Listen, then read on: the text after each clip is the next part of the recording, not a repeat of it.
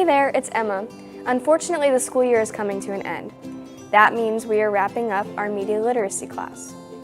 This class focuses on various forms of media and how to analyze them. If the term media is unfamiliar to you, media is basically a way to spread information and/or entertain through film, audio, print, and other different types of media. In this video, I will be covering some topics that we have covered in class. One thing that we focused on is fake news. It's important to understand that there exists such a thing as fake news.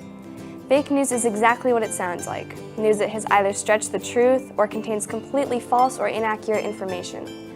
You should always consider whether or not a source is fake. Why is this?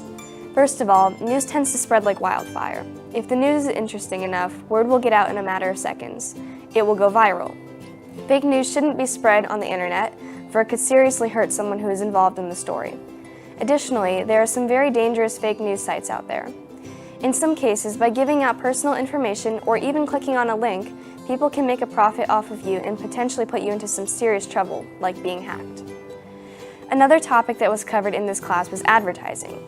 Advertising is the act of using persuasive techniques to promote a product or service in hope of making a profit off of the sold item. This is usually done through commercials, but it can be done in other ways, such as posters or signs, pop-up ads, radio ads, the list goes on. Keep in mind to always be careful about what is being advertised. There are several techniques that are used by advertisers to reel in the consumer. They use these to trick people into purchasing things that they may not even really need. You just need to be aware of these techniques so that you can stop yourself falling for their tricks. One more thing that was covered was journalism. To be more specific, we spent time looking over the Code of Ethics. These are certain guidelines that all journalists must follow in their articles. They must truth and report it. They have to tell the truth, the whole truth, and nothing but the truth. They are not allowed to exaggerate by any means, nor are they allowed to plagiarize. They must minimize harm. This means that they have to show compassion for those who may be affected by news, as well as make an effort to protect the privacy of those who they may discuss, and write their stories so as not to harm anyone who is involved. They have to act independently. They must simply be free of obligation to any interest other than the public's right to know.